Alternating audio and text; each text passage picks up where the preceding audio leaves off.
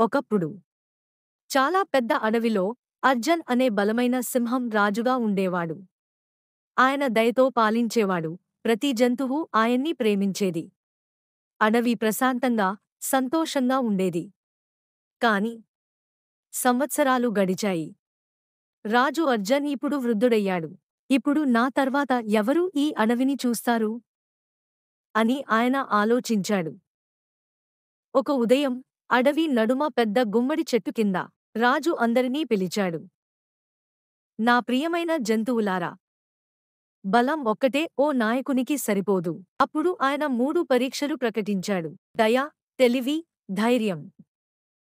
తెగ వీస్తున్న గాలిలో ఒక చిన్న పక్షి గూడు నుంచి కింద పడింది. జీబ్రా చూసి వదిలేశాడు. నక్క ముట్టకుండా వెళ్ళిపోయింది. కాని ఎల్లా అనే చిన్న ఏనుగు మెల్లగా వచ్చి తన తొండంతో పక్షిని ఎత్తి గూడు వద్ద పెట్టింది. రాజు దూరం నుంచి చూస్తూ ముస్కురించాడు. ఒక పెద్ద నది, అవతల మెరిసే బంగారు ఆపిల్ చెట్టు. కానీ బ్రిడ్జ్ లేదు. అందరూ ఆగిపోయారు. అప్పుడు మంకీ మిలో ఆలోచించాడు. వనదారాలు, కొమ్మలు, కర్రలతో ఒక కొత్త వంతెన కట్టాడు. మిగిలిన జంతువులు అతన్ని చూసి ఆశ్చర్యపోయారు.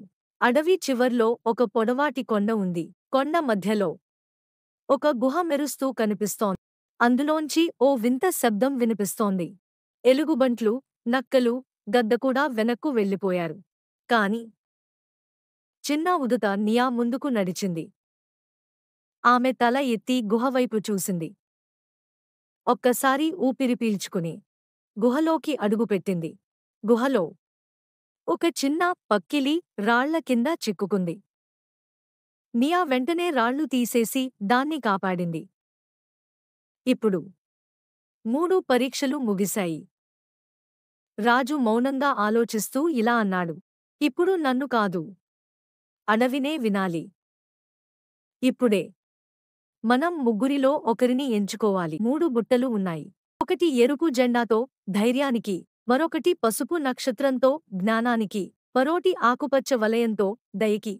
జంతువులు ఒక్కొక్కరుగా వచ్చారు. వారెవరి చేతుల్లోనూ రంగు వెలిగే ఆకులు. పిల్లికూనలు, పక్షులు, ఎలుకలు అందరూ ఓటు వేశారు. ఆఖరుకి ఆకుపచ్చ బుట్ట చాలా ఆకులతో నిండిపోయింది. అందరూ చూశారు. ఎల్లా అత్యధిక ఓట్లు పొందింది. రాజు అర్జన్ ముందుకు వచ్చి అన్నాడు. అడవి గళం వినిపించింది. ధైర్యంగా కాదు, తెలివిగా కాదు, కాని చూపించబడిన నిశ్శబ్దమైన దయ ద్వారా. ఎల్లా మన కొత్త రాణి అయ్యింది.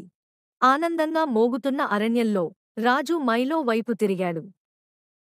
మైలో అని అన్నాడు. నీ తెలివితేటలు, చాకచక్యం నాకు ఎంతో నచ్చాయి. నీవు ఎల్లాకి మంచి సలహాదారుడవు. తర్వాత రాజు చిన్న ఉదుత నియా వైపు చూశాడు. నియా, నీ ధైర్యం నన్ను ఆశ్చర్యపరిచింది. నీతో పిల్ల జంతువులు సురక్షితంగా ఉంటాయి. అంతే. నియాకు చిన్న జంతువుల సంరక్షకురాలిగా గౌరవం వచ్చింది. ఆ రోజు నుంచి అడవి కొత్త రాజ్యంతో, కొత్త ఆశలతో ముందుకు సాగింది.